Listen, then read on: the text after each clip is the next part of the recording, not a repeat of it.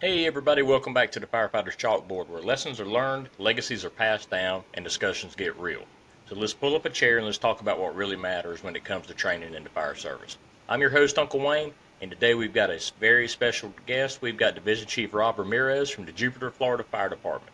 Chief, introduce yourself to everybody. Rob Ramirez from South Florida. I almost said Jupiter, but it still doesn't roll yet. I've been there for 5 weeks now. I'm enjoying every minute of it. I'm jonesing to do podcasts and train and teach because I haven't gotten much of it in the last 5 weeks as we're working on different endeavors. And this is going to be a breath of fresh air for me. Thanks for having me on, brother. Hey, anytime, anytime. This one's been a long time coming. We've been trying to work on this, and I've had some stuff happen. You had some stuff happen, but I think it's going to be really good. I'm just there's no way to say how excited I am to have you on here. I mean, it Appreciate it. super, super is. And I hope everybody's ready to take some notes, get your notepads out because we've about to get varsity of it AF in this place. I mean, we're going to Oh, be yeah. talking about some instruction big time. So, throwing it right out, Chief, tell us about, Wyoming. You just went and done some really cool stuff on your social media, where you went and done some classes and stuff. Let's talk about that for a minute. So first and foremost, just Rob is cool. The whole chief thing is awesome. I know you. I know you're nodding your head. Can't do it. Rob is Rob is Rob. It's the way we're gonna roll. Um, Anyhow, yeah, I appreciate it though. Yeah, I've been very fortunate. A lot of the stuff that we do at the Mayday Mindset, whether it's training, teaching to train, firefighter rescue, self rescue, the fire conferences, podcast, and the literature that we put out. I mean, everything's been a godsend and happened very organically. I've said this many times before. This was never in the playbook. This was never something I aspired to do. This is nothing I ever sat around and thought to myself, how can I start teaching this class that'll take me around the world? That was never ever in the plans. It happened extremely, extremely naturally and organically. And by that I mean, I felt like hindsight being 2020, I put in the work and I never skipped any steps. And I wasn't intentional about it. A lot of guys ask me like, "Hey Rob, if you had to like teach a new guy how to do X, Y, or Z, I wouldn't have an answer for them because I was never, I guess, aware enough to be intentional in my process. It was just where the road led me as I selfishly followed my passion of training and being around high speed, like minded Minded firefighters. firefighters. There you And go. it led me to today. Yeah. I mean, plain and simple. You done the same thing to me last week. We had a really good conversation last week, and we were talking and stuff. And I crawled up on in front of the big crowd for the very first time. I've been teaching for years, and teaching students and stuff's not a problem.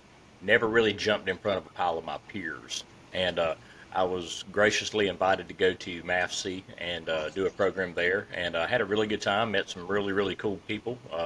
Met some knuckle draggers, man. I'm telling you, those guys were going after it. My only thing I wish I could have done. I wish I could have stayed longer. I wish I was able to get in on some of those hot classes that were there. I mean, I was super jealous, but super, fortunate to have an opportunity to go and meet some people that were really interested in learning. And when I say learning, different concepts in teaching, because that's something that's changing and evolving all the time. And you gave me some really, really good pointers because we talked, and I'm not going to lie to anybody. I was nervous, first time going out of state around nobody I knew whatsoever, and then crawling in front of a stage and trying to do something. And I think it went really, really well. Um, when you got your audience engaged, no matter how the size, if they're engaging with you, that's a win. I mean, if they go home with just a couple of small nuggets, that's a win. And you set me up for that, and I thank you very much. You really gave me some really good pointers because you had been to MAFC before, and everywhere else all over the globe, just about seems like. And I just wanted to say thank you. Um, My pleasure. so, in the mind of Rob, you know, what do you think makes a great instructor? I mean, All right. So first and foremost, congrats on that. That's a huge step forward. You belong there. The reason you got there is because you've put in the work. We just talked about your career off camera, and that's something to be very, very proud of, brother. So if you're there, you belong there, and we've all felt it. I still feel it to this day. That sense of anxiety and that little sense of nervousness. What am I going to say? Do my words or does my presentation carry value to everybody in the audience, whether it's one or 1,000? It doesn't matter, man. Honestly, the people that are there for a reason, and mhm. they're all going to pick something up from you. We're students as well. as instructors. We got Absolutely. to be students first. And it doesn't matter what presentation I sit through, and I've sat through some atrocious ones throughout my career, and I've sat through some that are all right, and some of them that are like freaking off the scale, amazing, that I can sit through 100 times. But every single one of them, you get to pick something up that you haven't heard before because you're there. The people that don't pick it up are the people that are not there. And it needs to be something that we all notice and maintain in the front burner our entire career, that at no point are we good enough to just stop learning. At no point do we just, even out or neutral out, and things just plateau and your skill set or information stay at the level that it's at today. Everything that we do in the fire service is, I use the analogy, it's like the beach sand on the ocean. I live on the coast, right? I work on the coast now in South Florida. Those waves are hitting that shoreline all day, every day. And every time it hits the shoreline, it takes with it some of that sand. Some of that sand, if you relate that to your information, experience, and training, is gone with it every single time. You got to refill that. And it's a never-ending battle to fight complacency, in the words of Corley Moore, and or to maintain the skill set where it's at. Like, just to stay where you're at today, you got to work as hard as possible. To get better than you are today, you got to take it to the next level. So yes, we have to be lifelong students in this game, and I honestly feel like everything that we do daily contributes to that as an instructor. As for an instructor that wants to get to where this person is or that person is, or if their goal is just to teach minimum standards, or just to teach a class in their fire department, or to go teach in the fire conference circuit, or to get a class that they love and they're really passionate about and put their twist on it and see if people like it, man, just go out there and do it. Hmm. There are so many guys that sit around with regrets of not doing something they've thought about their entire career. And then when you talk to them about it, they're like, I thought about that 10 years ago, dude, but I never did X, Y, or Z. Why didn't you? Most of the most talented people I've ever met across the nation that do this job are guys that work in places you've never heard of, Hmm. and names you couldn't remember tomorrow morning. And these guys have so much talent, they just refused to, or for some reason didn't chase their passion and didn't chase the need or to fill that void to get out there and have their voice heard because of some unrealistic, like, fear of I'm going to fail, or I am not interesting enough, or the subject matter that I want to teach is not going to strike a chord with somebody. Everything we do will impact somebody differently. And you go out there, you talk to people, and in simple conversations, you will change lives and careers. I agree with you on that, Chief. Rob. Sorry, I'm sorry. It's bad Whatever habit. you want, brother. I'll try to break it for the end of the show. Um, I get it. I mean, I thought and thought and thought about this whole podcast thing. I've listened to them religiously every day, and it was like I've had the idea of doing this for I don't know how long, but it was like, what is going to do? I don't want to do strategy and tactics. There's enough of them. I don't want to talk about war story. I want to talk about teaching, and I I love it. was like, is it going to be interesting enough? Are people going to take the time to listen to guys just talking shop about teaching people? And I said, what the heck? Let's try it. Let's see how it goes. And it's gotten some good feedback. I mean, it's working. It's definitely a need. There's a lot of people in the fire service that can really learn on what people that do it every day can throw nuggets to make it to where they can be better. Um, so, you teach all over the country. You've got a super high energy delivery in your classes. I mean, everybody in the world loves it. I mean, one of my buddies of mine, Dan Schultz, he posted on social media earlier, the other day, if I had a tenth of the energy Rob's got, I'd be good to go. I mean, and that fired up, that passion, that drive shows him whenever you teach things, and I think the students really go off of it really good.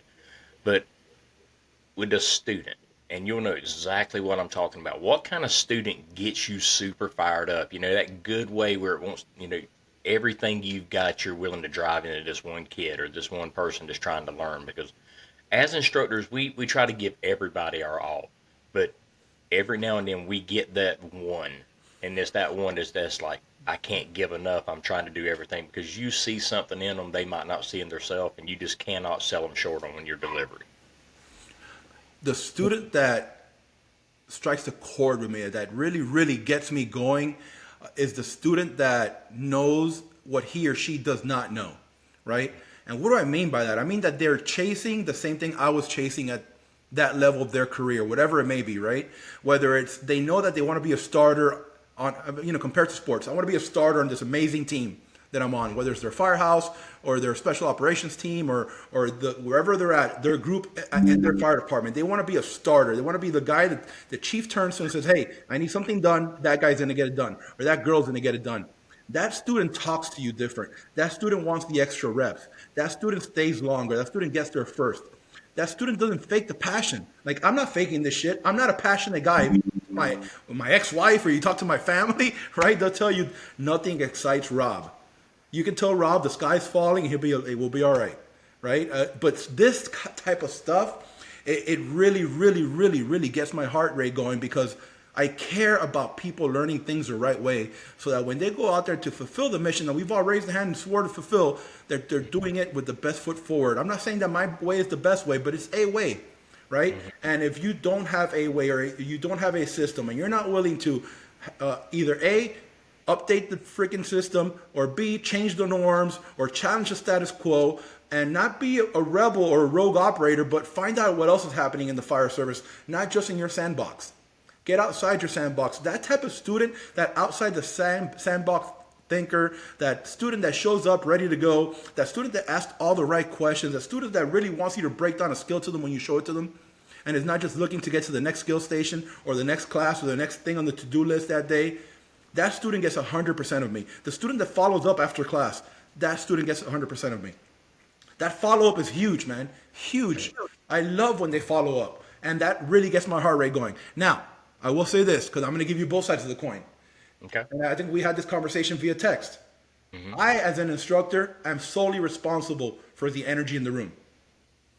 I'm responsible for the energy in the room. I hate when I talk to guys, and big names, little names, people you can never know who they are, guys that we all know exactly who they are anywhere in the country. And they tell you, "Hey, how'd it go this morning?" And I'm like, "All right, dude, it went great. How'd it go for you?" Man, that audience sucked. They had no energy. They didn't pay attention. They never asked a question. They walked in there late. They walked out early. That's on you, brother. Mm-hmm. That is 1,000% on you. You are responsible, and only you are responsible for the energy in the room, whether you're doing a class of 5 or a class of 5,000, whether it's hands-on or whether it's a lecture presentation. Don't PowerPoint them to death. That's on you. You are solely responsible for the energy in the room and maintaining everybody in that growth mindset. Absolutely. Kind of like I've used your little thing you gave to me the other day. I've already used it twice, and it was like, undersell it and overperform it. I mean, it was like, I mean that set home with me the other day, and I've already said it twice to people whenever we were talking about presenting stuff, and it was like, undersell what you're doing, and when you show up, show out. I mean, 1,000%. And you're exactly right. We set the energy, and if you're not getting things out of the crowd you want, change it up. Nothing says you can't start cutting cartwheels or whatever you need to do to try to change the energy of the room. So I got a feeling we're fixing to go in a rabbit hole on this one, but I'm gonna do it anyway. This is gonna be kind of dark, but we're gonna throw some light on it because I think it's something we really need to discuss, and I think it's when you'll jab in really hard. What do we need to do to change the stigma in the realm of social media on training? I mean, there's tons of people that seem like they are on a mission to do nothing but talk crap about somebody else that's trying to do stuff online because it's not 100% exactly the way they think about it. I mean, let's start off and celebrate the fact that these people are getting their ass up off a couch and doing some training. I mean, we've got so many things going wrong in the fire service that we're trying to fix. We don't need to create other problems because so-and-so's not doing it the way we do it, so let's bash them to death on social media. Let's celebrate the fact that these people are putting stuff on social media, whether it's right or it's wrong, okay? They're showing that they're putting in an effort, even if they're doing training the right way. I mean, they're putting in an effort, and they're trying to show other people ways to do things. We are our own worst enemies. We're bashing each other to death instead of picking each other up. And I mean, I know that's something that you're super passionate about. You're gonna get me in trouble, all right? Man, hey, if y'all can see him right now, that vein is like popped. You're gonna get me in trouble. This has got me in trouble before, and I've been thinking about this a lot, right? And I'm not gonna be a hypocrite. I use social media. I 1000% use social media. You use social media. Everybody that does this uses social media. It is the medium by which I get to teach. Yep. The day I don't put an article, I don't put a freaking ad in the classified section of the newspaper. Hey, hire me for a conference. I don't. All right. I don't have a Craigslist that I put my class on or whatnot. People ask us to teach because they see us on social media. We share our content, we share our opinions, we share our classes, we share pictures of our classes, we give our opinions on things in social media, and some people jive with it, others don't, but I get a message, hey Rob, this is so-and-so in Iowa. You want to come to Iowa in October? I saw your post. Awesome. Hey Rob, I saw that you were in Iowa. You want to come to Hawaii? Let's go to Hawaii. Hey Rob, we saw you in Hawaii. You want to come to Germany? Oh, that's through social media. Yeah. Social media is a very powerful tool when used correctly to spread the message and spread the poison. Now, here's the problem. Today's society, this is an opinion based on Rob Ramirez, not my employer, not on anybody else. This is something that I've thought about a lot because your question leads me to the following. The best form of experience, right, is a healthy dose of data, education, and real-world application. Depending on where you work, the real world application may take 5 years or 25 years, okay? It takes years of crawling smoky hallways to be able to relevantly talk about it for just 10 minutes in front of an audience. Absolutely. You cannot skip any steps. It is irresponsible to skip steps because the problem nowadays with social media is that everybody that has one of these computers or one of these podcasts or the ability to put up a good graphic with a cool video and a montage with some crazy music in the background gets an audience and followership. And you have to understand that you cannot preach leadership without first truly earning followership. And the way you earn followership is the organic way, the old school way. The way that all of us were taught by those that were taught before us or taught us, and the way that they were taught by the ones that came before them. You have to earn a seat at the table. You can't just force yourself into that table, okay? And if it's the table you're supposed to be at. Now, with that said, here's where I go back to society. In the 20 years ago, people were talking about, people weren't talking about anything, honestly. It was just everybody was doing what they were doing in their region of the world, their jargon, and their firefighting was a local sport. As the world of social media started growing, and slicers became a thing, and blue card became another thing, and all these incident command classes came up, and NIOSH reports started coming out, and the sky's falling, and America's burning, and people are dying, and roofs are dangerous, and this construction's killing people, that construction's killing people, we're killing 100 firefighters per year, searchable space versus survivable space, the art of reading smoke, and all these classes started coming out, and you had a bunch of dudes with really, really good intentions getting out there and preaching what they thought for that moment to be the best freaking thing to talk about. And it created this culture like paradigm where half the fire service was doing one thing and the other half was doing the other. And what do I mean by one thing and the other? This is society and this is the dichotomy that we're dealing with right now. Think about the left and the right in politics, right?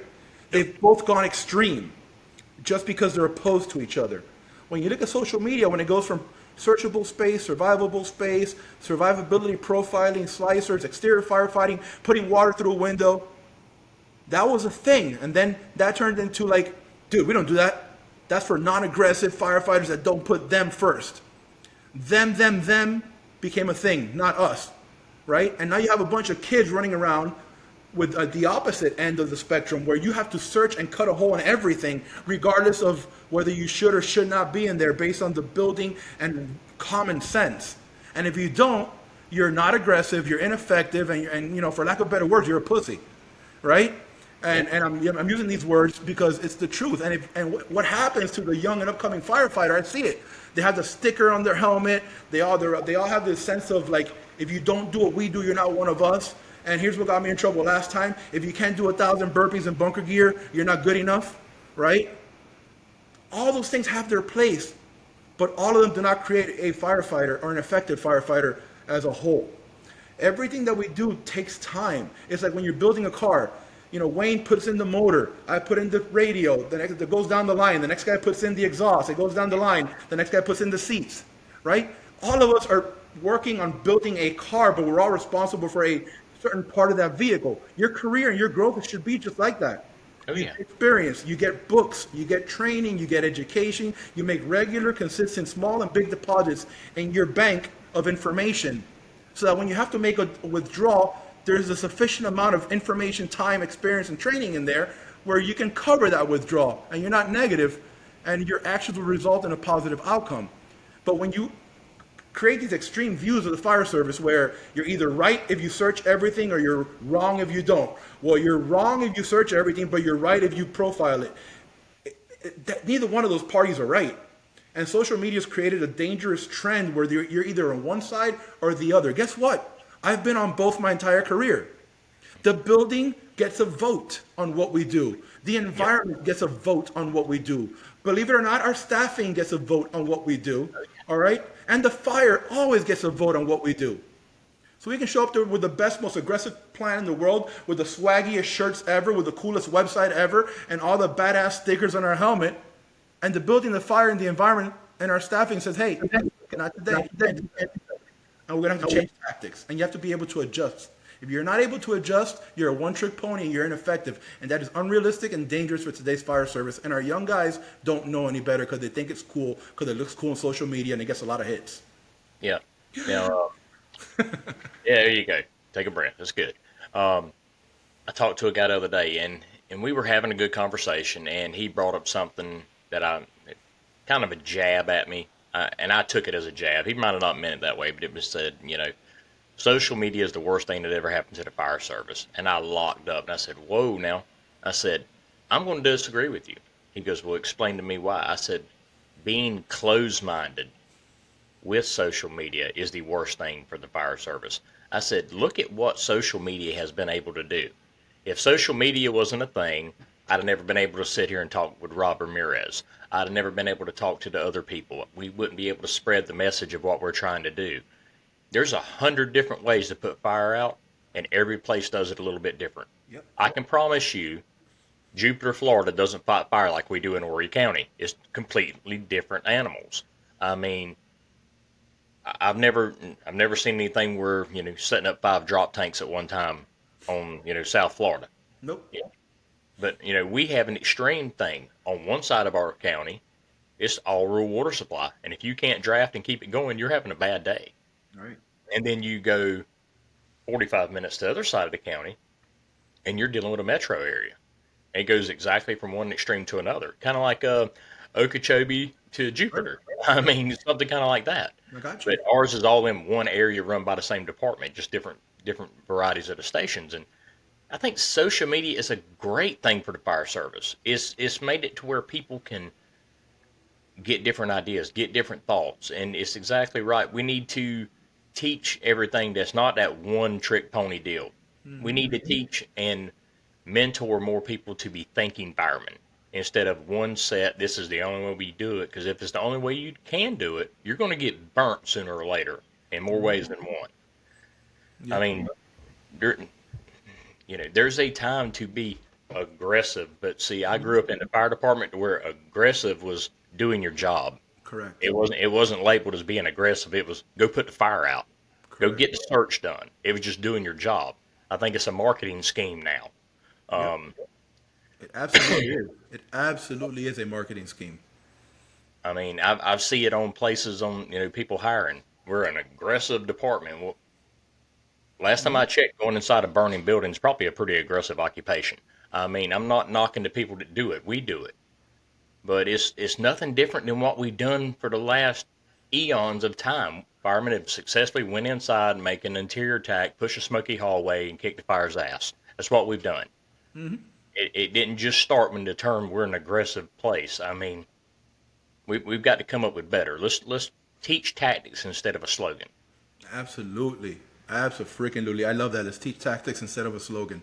It's absolutely truth. And I'm telling you, this isn't a baking recipe where you do the same thing every time and you ruin the freaking recipe. We're in the business of, grilling steaks, not baking cakes. You know what I mean? More or less, medium rare. Let's ride. But I hate the guys say, I'm never going to get on a roof. The roof is dangerous. I'm never going to search above the fire. That's dangerous. I'm never going to search without the protection of a hose line. That's dangerous. I am absolutely opposed to that person.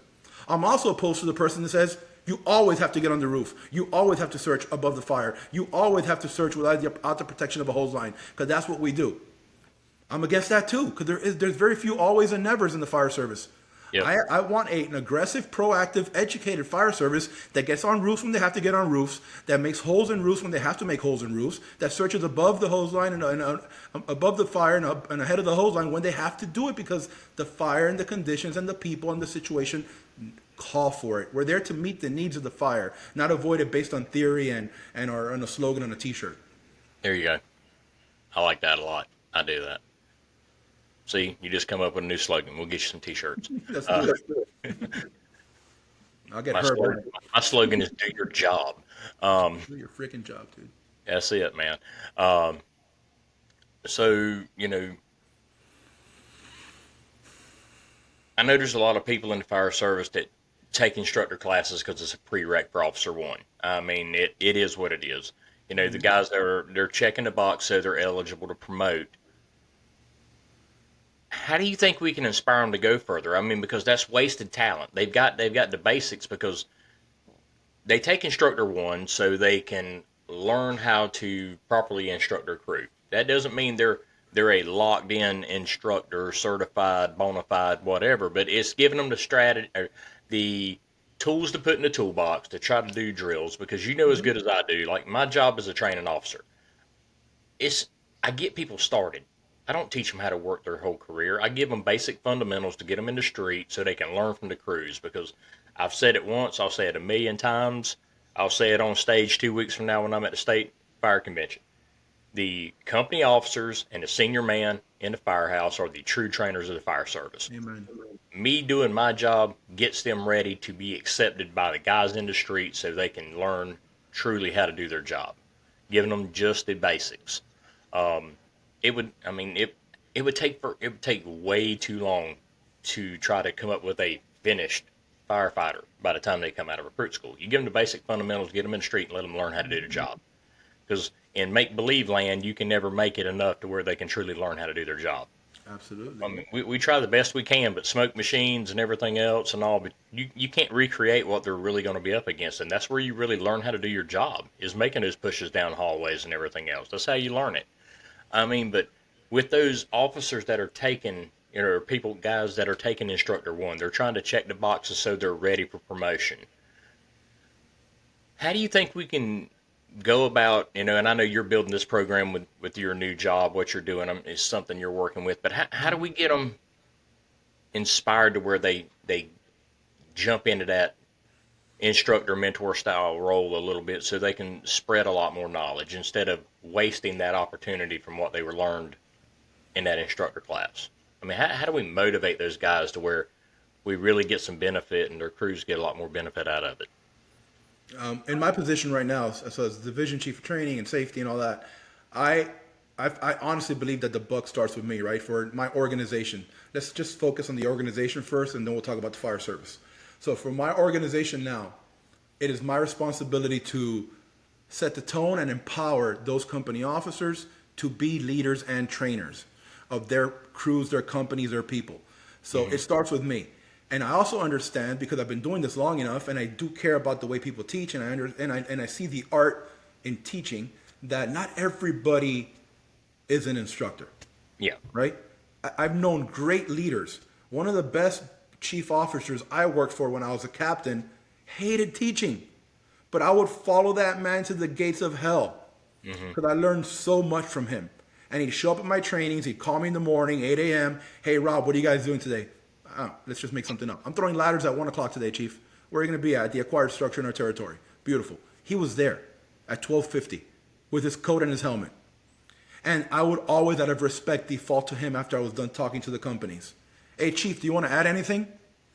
No, I'm good. I'm good. And he finally pulled me aside one day and told me, Rob, stop doing that. I'm not there to teach. I'm there to learn. And I'm like, are you kidding me, dude? I learned so much from you. You have so much to offer. But that's not his space. That's not his comfort zone. And I'm okay with that now. So for my organization, I am going to, as the division chief in charge of the training, going to empower and assist and build and develop my company officers and battalion chiefs to be those trainers. Now, when you talk specifically about the fire service, I kind of feel the same way. The fire service, you don't have to be a formal instructor 1, 2, 3, whatever. You don't have to have that formal paper, unless your organization requires it, or the academy requires it, or the training center to teach standards at your state, or the fire department requires it for promotion. But you don't need that piece of paper to be a good instructor. It validates you and it tells you you have the authority to teach, and your organization or employer may require that. But it honestly does not change the quality of your instruction, Oh no, right? Because no. you got it, you got your instructor, I got my instructor, right? I did instructor in Florida. We got to do instructor. When you get your associates, instructor 2, you get a bachelor's degree, associates 3. Before you do when you get your bachelor's degree, instructor 3. And then in order to do instructor 3, you got to take another 40-hour class, course design and delivery. I did all that. So I know how to sit students in the classroom, arrange the chairs, and make sure I let them know where the emergency exits and the bathrooms are before the class starts. This is the way I do an intro, and I can't put more than 6 bullet points on a slide. Mm-hmm. When I go teach at a conference, I don't know where the freaking bathrooms are. I don't get to pick the room arrangement. Right? And nobody gives a shit how many freaking bullets I have in my PowerPoint. I can put a picture up of my dog and talk about fire. And it'll be a kick-ass presentation because, dude, I'm the presentation, not the PowerPoint. Not the PowerPoint, right? They have to, so what do I mean by that? Bottom line, if it's a necessity, it'll help you. It's a foundational level. It's a minimum standard if required by your employer or organization, but that alone does not make you a good instructor. I go back to what makes you a good instructor, and you know this as well. You've been doing this for a long time, Wayne. Way longer than me, actually. All right, you said you went to fire school in 96, 93? Yeah, I got my fire one in 96. Yeah. 96, I was in high school. Me too. Right on. Oh, that's right. But you guys get to do that. We don't get to do that in Florida. You can't do anything you turn 18. Right on. Oh, yeah, when you said that, I'm like, damn, man, he looks so young. Hey, if you guys don't see him, Wayne looks really young. You shouldn't watch this video. Don't just listen to us. All right? And he's been doing this for a very long time. But back to the topic, dude. I dig the firefighter requirements for instructor 1, 2, 3, whatever your organization or employer require. It's a good foundation, but that alone does not make you a certified or effective fire instructor of any way, shape, or form. Oh yeah, you've been with it. I've been in it. How many times have you sat inside a class and the guy, start off with his death by PowerPoint, and then there's all they can do is read the slide. Dude, give me the clicker. I want somebody to teach me. Not read to me. Teach me. Inspire me. Show me the passion on what they're trying to deliver. I mean, the PowerPoint's just giving me something to kind of halfway remember what I need to be talking about, keeping me in line with what's going. And you're absolutely right. It's a piece of paper. It's something I had to do to start off with in order to promote and go up because it was part of the checklist I had to go. I just got lucky, and I see myself as the lucky one that really embraced it. And it took me a long time afterwards. I mean, we're talking. I mean, truth is true. What truth is, and I mean, I become a lieutenant in '09. I didn't become a full-time training guy until 22. I mean, so that's a lot of time. Now, we've done a lot of training with our crews. No different than what we're talking about earlier. How many senior guys we got running up and down the streets, working every day, dragging knuckles, teaching people to craft, and doing a damn good job at it. They don't have a piece of paper that says they're an instructor. Love those guys. Think about how much better they could be if they did have that little bit of effort to take that class, to give them that little bit more of a formal thing to put what they're already knocking out the park with. Yep. I mean, we could have some more rock stars out there. I mean, and it might help them. And going back to what we were talking about earlier, with the social media thing, a lot of times that might be what's holding some of our people back because they're worried about what else other people are going to say and what they're delivering, and they're delivering shit that's worth gold. Yep. But they're worried about the possibility of having some kind of a negative feedback on it. Okay, with you know what I mean? But that does hold a lot of people up. Right. Yeah, I get it. I've been on the job now 24 years. All right, I'm in the middle of my 24th year, in the fire service down here in my pension plan, and I'd be lying to you if I told you that year 10, I was comfortable with guys disagreeing with me. I wasn't, because I wasn't as confident or as growth mindset oriented as I am now. 10 years later. I encourage that discourse. I encourage that debate. I start a lot of my presentations with that. If I say anything during this presentation that you do not agree with or will not work in your organization, please raise your hand and tell me how you do it. I want to know. I don't want to sit here for the next 2 hours and just tell you what I think about this subject matter. I want to get your opinion on it because I want to learn just as much as I want to teach. And Absolutely. if you're sitting here, I want you to get a good return on your investment. I don't want to talk about shit you're never going to do. Let's talk about the way you do it and why what you do works and what I'm telling you won't. And then I'll tell you why you're wrong and I'm right. I'm kidding. I'm not that quite direct in mine, but I mean, I kind of do the same thing. I set mine up saying, look, where do we truly learn in the fire service? It's not in the classroom. It's at on the front bumper and around the kitchen table. That's where we truly learn. We learn out in the bay and around the kitchen. So I try to tell everybody I want the mood of my classroom to be that front bumper or that kitchen table. So whenever I'm doing it, I want an open discussion. Don't hold back the brakes if I say something and you want to throw a comment in, because guess what? You probably know something I don't know. I will tell you right now, it doesn't matter if I'm standing in the front of the room, the back of the room, or the sideways of the room. I'm not the smartest guy in that room, even if I'm up front talking. I promise you. There is somebody else in that room that is smarter than me, and the day I forget that is the day I don't need to even walk in the room. Um, Amen. Amen, dude. it's just the truth, you know. I, And I'll honestly say, it took me a long time to figure that out. yep. Same. That's what I was telling you 10 years ago. If I'm being completely honest and transparent, like I wasn't where I'm at now with this subject. I wasn't. I just wasn't ready. I don't know why. I just wasn't. I'm very comfortable with guys disagreeing with me right now. I encourage that. I look for those opportunities to learn and grow with them. I'm like them. I'm a student too. I'm just as excited to be there as a student as I am as an instructor. And Absolutely. I love that. I want to learn from them. And I tell them, I'm not just, it's just not instructor talk. You know how all these guys like, ask questions. We learn more than we teach when we're here, blah, blah, blah. I want to learn. Some guys just say that because they've heard somebody else say it. I genuinely mean it. Like, my favorite conversations are when I'm not talking to a group and I'm talking to an individual about what we just covered. And they tell me, hey, Rob, you do this here. Let me show you what we do here. It's almost the same, but a little bit different. I've learned so much from that. So much from that. And then I replicate it and duplicate it, and it's done. Add my twist to it. I mean, exactly what you're saying. This past week, I was in Atlanta, and I had two of the guys in my class that were training guys from Pooler, Georgia, and I mean, super interactive guys. I actually got a hold of their chief. I met him at the Pools Bash and didn't even know it, and until I put two and two together, and I got back up with him and was like bragging on his guys because they were knocking it out the park. I mean, really wanting it, and I was taking as much from them as they were taking from me because I was like feeding off of it.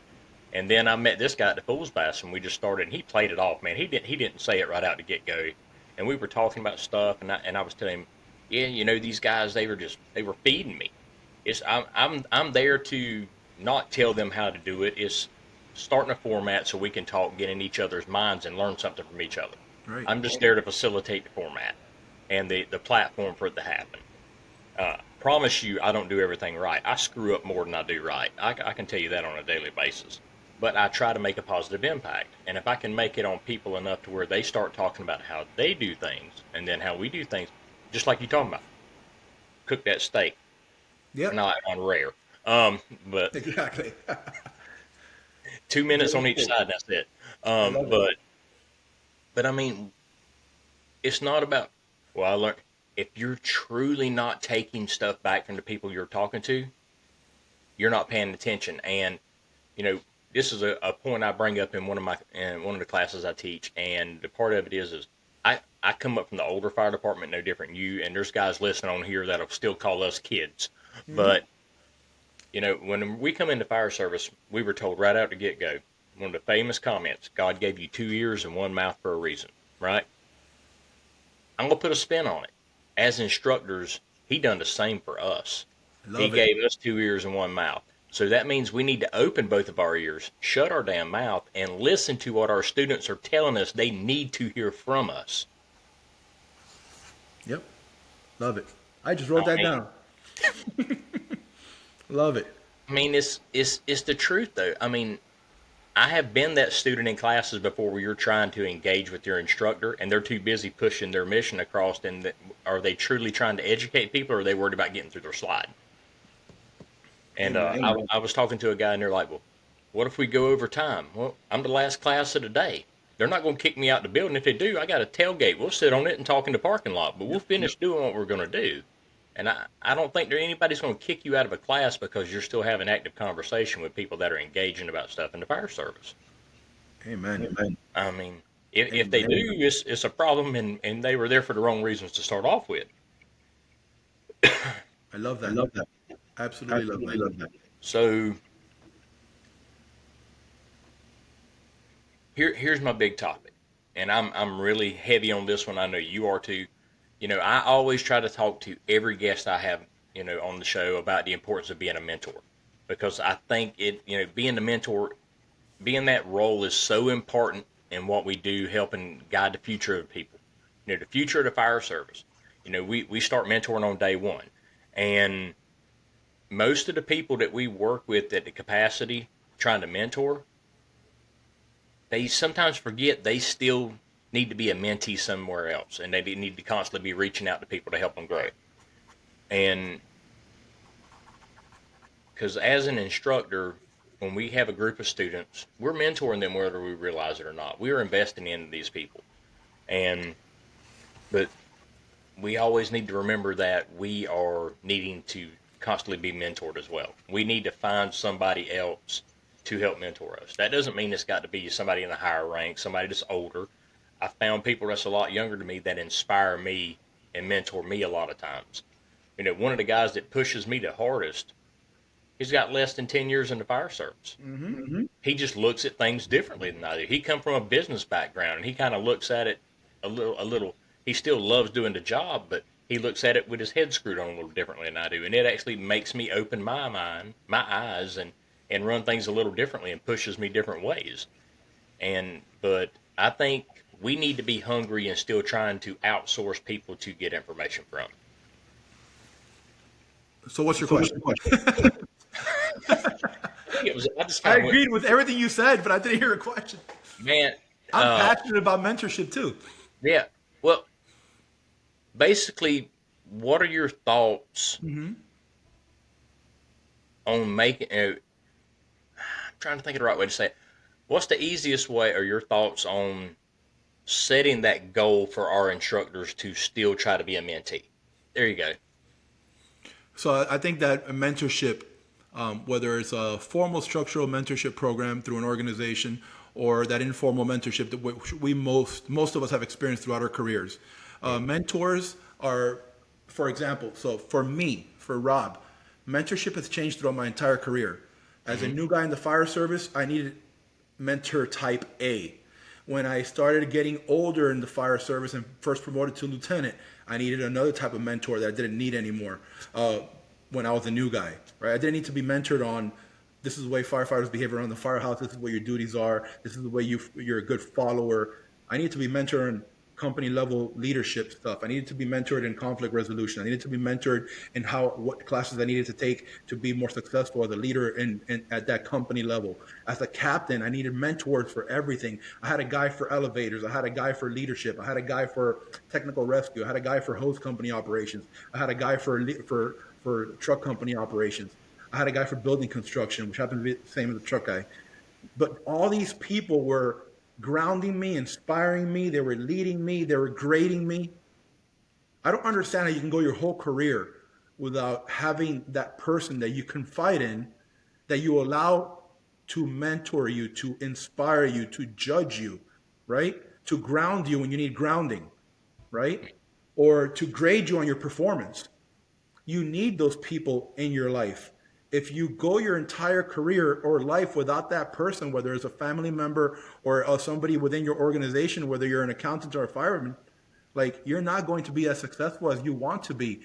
You can't read the label from inside your own jar. You need I somebody love that. outside the Oh jar man. to read the label for you, right? I don't know the freaking ingredients. I just see the back of the label and what I perceive I taste or look like. So you need to be okay with not being in an echo chamber and having somebody talk to you from the outside and give that person your space. Right now, my mentors are changing as a division chief in a more administrative role. My mentors are people at the city government level that are teaching me how to write requests for proposals for contracts, people that are teaching me to budget my freaking budget, right? People that are teaching me how to put in NFPA stuff and FDID numbers and all these things I've never heard of before up until 5 weeks ago. So it's a whole different group of men that are now going to be inspiring me, grading me, and leading me. And I am allowing that to judge me and grade me on my performance. And I'm okay with failing. Fail fast, fail forward, right? And it's not about winning right now. It's about winning in the future. And I'm in a building process. And at every phase of your career, you're in a building process. And without mentorships or without being a good mentee, allowing these people to come into your life and not take it personal, you're setting yourself for failure and a very limited growth opportunity. There you go. I love that. I love that. And the part about you said, open yourself up. That's one of the biggest things. And I think that's one of the problems we have. And you see a lot of people once they get to where they're used to teaching classes, they're getting in front of the classrooms, they're doing the work, and they're doing a good job at it. But how open are they to open up to be mentored by somebody else? Because a lot of people, they're getting up there, but how do we motivate them to keep crawling forward? How to go to that next level? If we've got somebody successfully teaching and we see something more in them, but how do we give them that nudge? Because I think that's kind of where you're at now, especially with you building the training division and things like that. How do you think about giving that guy that nudge to help give him that extra little push to go a little harder, do a little more, to be able to accept some of that criticism constructively? So no matter what your rank, it doesn't give you that opportunity to bring somebody along for the ride with you. They may open the door for you, but they need to trust you first and know that you care about them. They need to understand that you're willing to be vulnerable with them. Yeah. When you were talking about this subject matter right now, I think about some of the guys and let's talk about the fire conferences for a second, right? I'll go do a fire conference. I'll talk to a big room of people, and I'll have Corley or somebody, Corley Moore or somebody sitting in the audience, and Corley pops into my mind because him and I do it often. We just end up at the same gigs a lot, and he'll come right up to me after the presentation. He's been doing this for years. Hey, Rob, I took a picture of this slide. It said this, that, or the other in your slide. You should do this. You should do that. You should do the other. Right? And I love that. And I tell him I need more of this. And I do the same for him. And this guy sells out freaking FDIC rooms every year. Like he's sold out, standing room only in FDIC. And he wants people to tell him where he messed up on during his presentation. He seeks that out. To raise the bar. Correct. And I think all of us need to raise the bar individually, no matter what we do, man. No matter what we do, at every level in your career, you should be looking to raise the bar. Like I said before, it's not about winning or losing. It's about growing. And in the process of growing, you're going to have to be okay with losing. You're going to have to be okay with that subjective opinion of other people that you hold the value. If these people tell you, listen, Rob, you can do X, Y, or Z better, listen to it. Listen to it. Take that into consideration if it's somebody you actually trust and have faith in, and go ahead and do it. In order to establish trust in the fire service, you need to be competent. So if I find somebody to be a competent instructor, if I find someone to be a competent speaker, if I find somebody to be a competent podcast host, and I need information on speaking, podcast hosting, or instructing, I'm going to go to the person that I find to be competent in that arena and look to them and trust their opinion.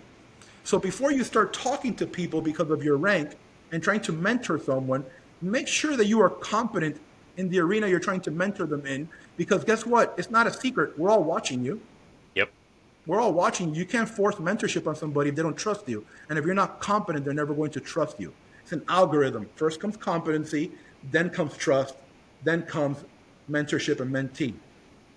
The mentee doesn't want to listen to somebody just because of their rank or their time on the job. They need to see that you're about that life. They need to see that you're the real deal. And not once, not twice, but consistently, the way you carry yourself every day. And for the guys looking to be mentored and think that you need a mentor in order to be successful, like, dude, the mentors out there, guys like me, guys like Wayne, guys that are looking to bring up the next generation, we're in that point of our career where we're looking to give back and leave it, like the proverbial saying, leave it better than we found it. We're always looking for somebody who's doing the right thing to dump that into. We're looking for somebody. We're looking for that match that we want to fill their cup. So you just keep doing the right thing daily, and a mentor will find you. I promise you that. And it's like you said the other day, you can't fake passion. You can fake a lot of things, but you cannot fake passion. You can't. And people that are passionate about the job will read that passion on you, and they will pour into you. I 100%. mean, and that's the beautiful thing about social media, since it's the worst thing to happen to the fire service. I mean, because you know, think if somebody's with a little small department, they might have 8 guys or 9 guys on a full, all three shifts combined. That little small place, how can they be exposed to different people and different ideas and different ways for people? Here we go, social media, perfect place to mentor somebody. Listen to people that do it every day. It gives us the bridge.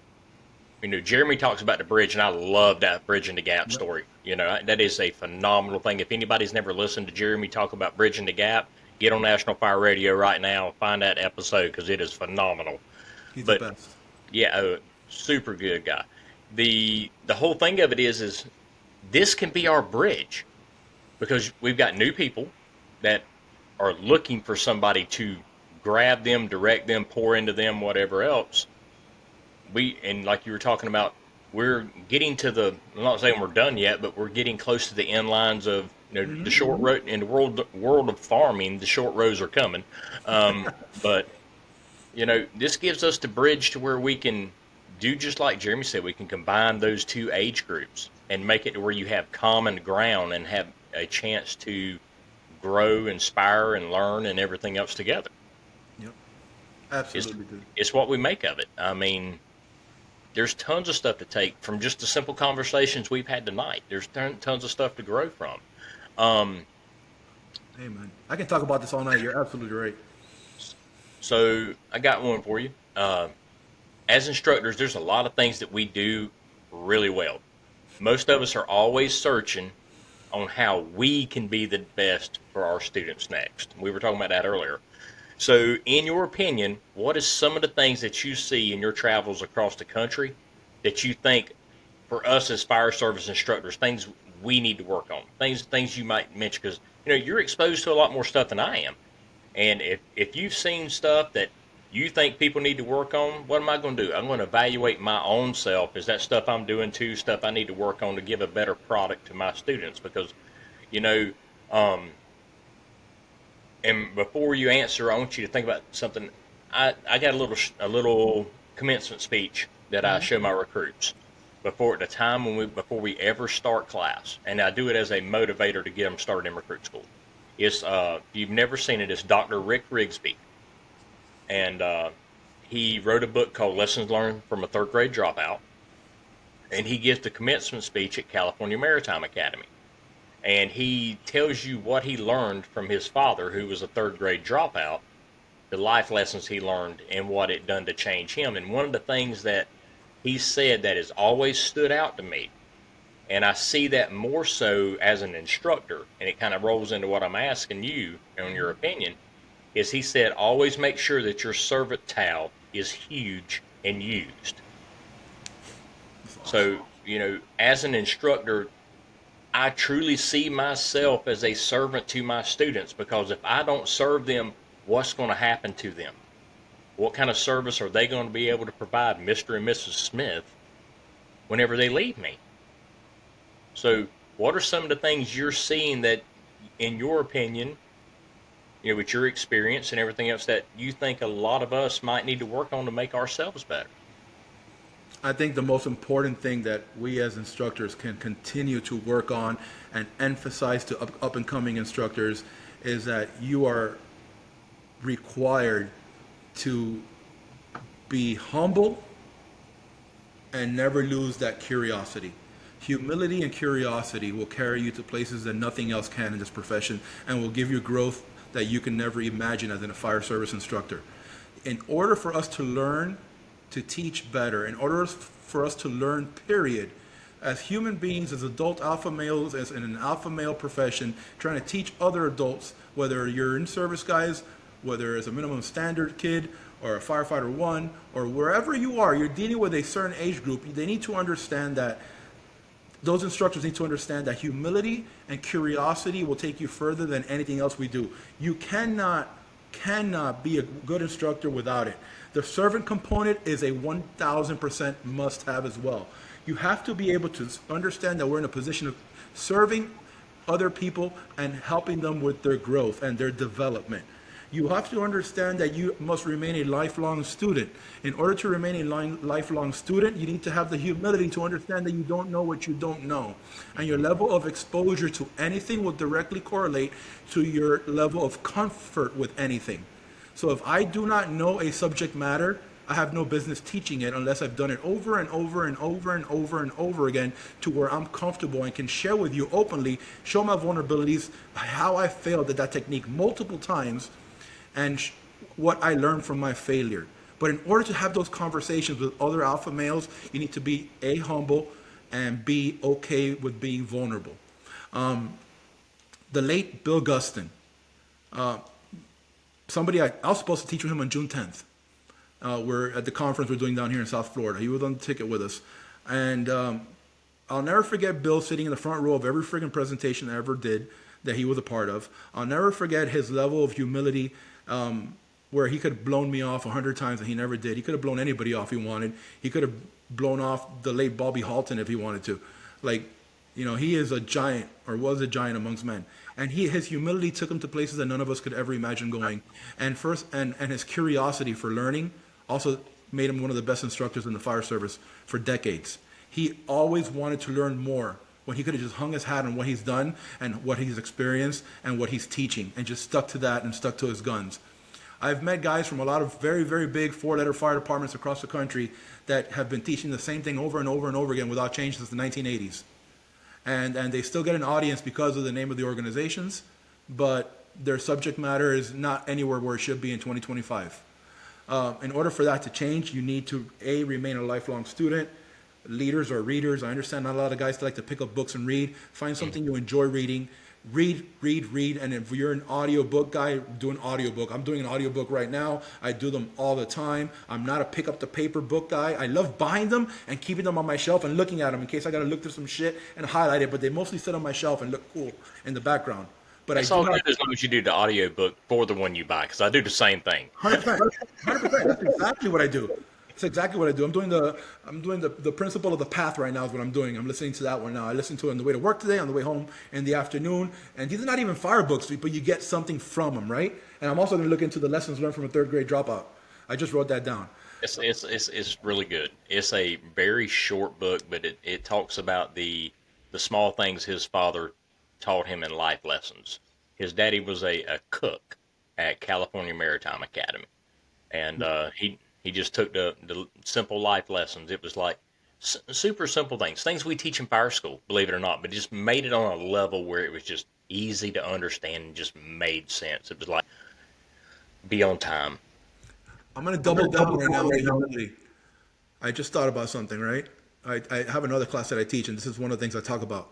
The human brain, without getting too super nerdy at the end of the podcast here, the human brain requires humility in order to learn.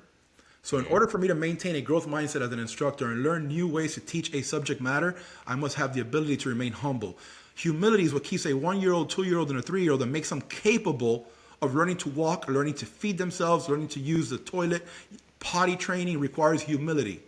The reason a 4 and 5-year-old can learn 2 different languages, 3 different languages without an accent is because of their humility and their willingness to fuck up. What happens is we get older, we get the sense of self-importance, and we lose humility and we lose the ability to learn. Even though it's still there, the only obstacle to learning is that humility or lack thereof. And this is a scientific fact. It's not an irrational fact. It's a fact, period. It's not irrational at all. There's irrational feelings, but there's no irrational facts. But yeah, but you were talking about asking about, but simple things. Be on time. Don't judge people. Make sure your servant towel is huge and used. Do anything like you do everything. Just simple life lessons and put it to an aspect of how it was in a leadership role.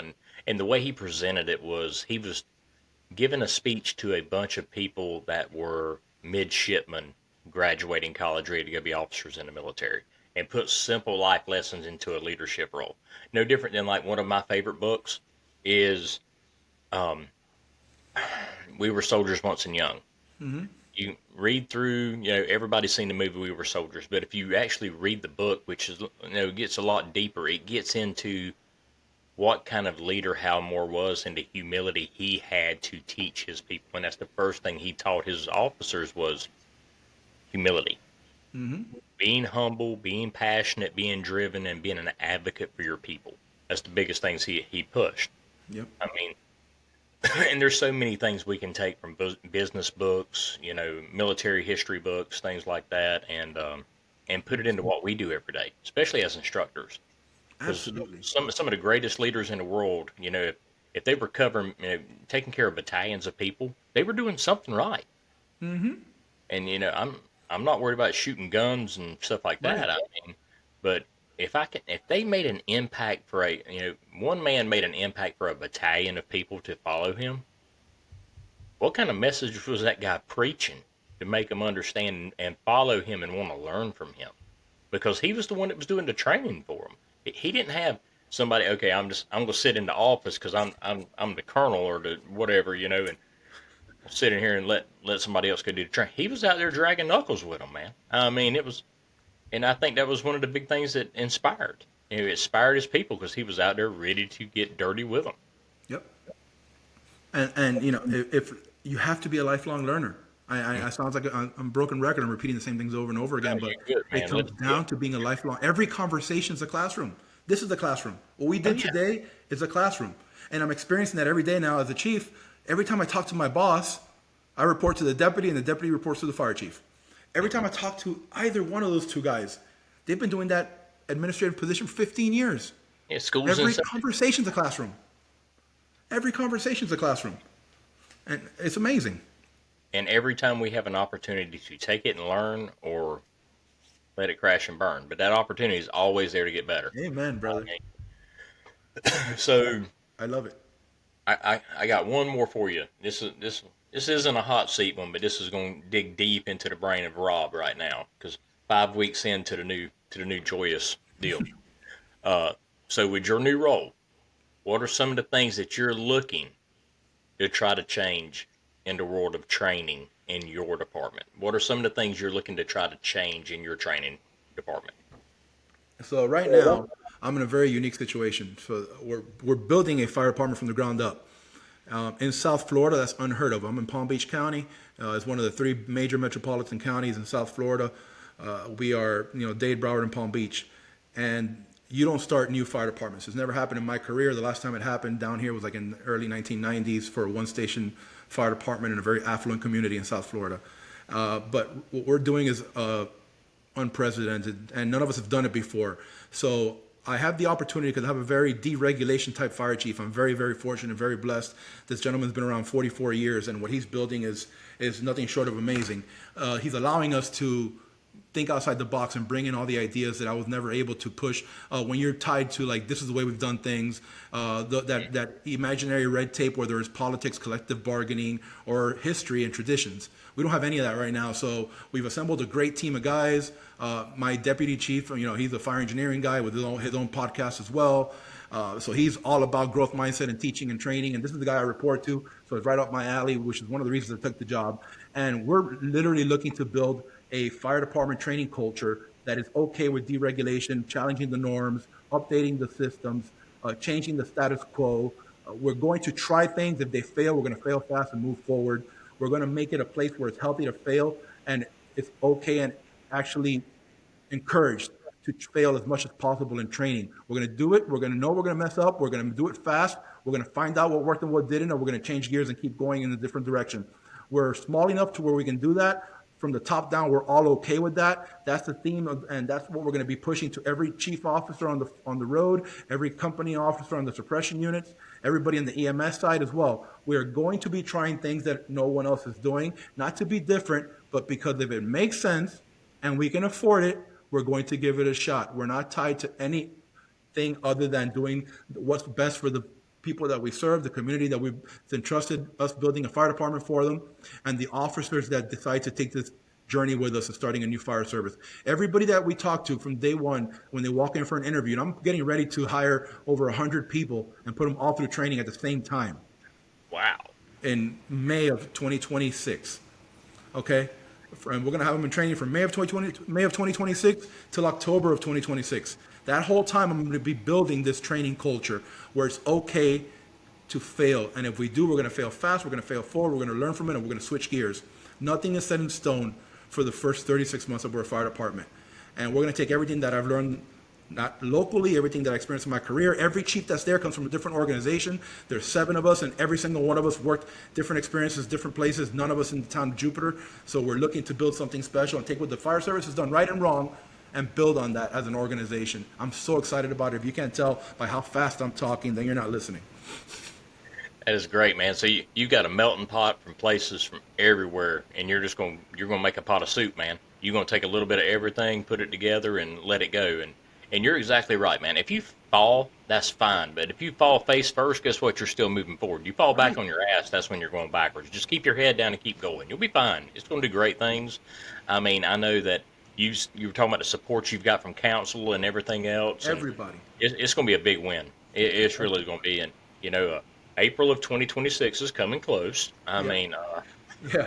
April of 2026. It sounds like it's far away, but it's not. no, man, that's When you look retirement at, time. It's 11 oh, months away. oh, I got you, Bubba. Come on down. The water's always warm in Jupiter. Oh no, I think Jupiter would look good on you. It's not Port St. Lucie. It'll look way nicer. Yep, yep. The good times.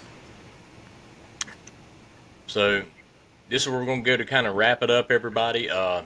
Rob, I greatly appreciate you finally getting on the show. We finally got it put together. You know, had a couple bumps in the road, but we made it. We had some awesome content, good, great conversation. I hope that everybody was able to take something from it. I definitely have.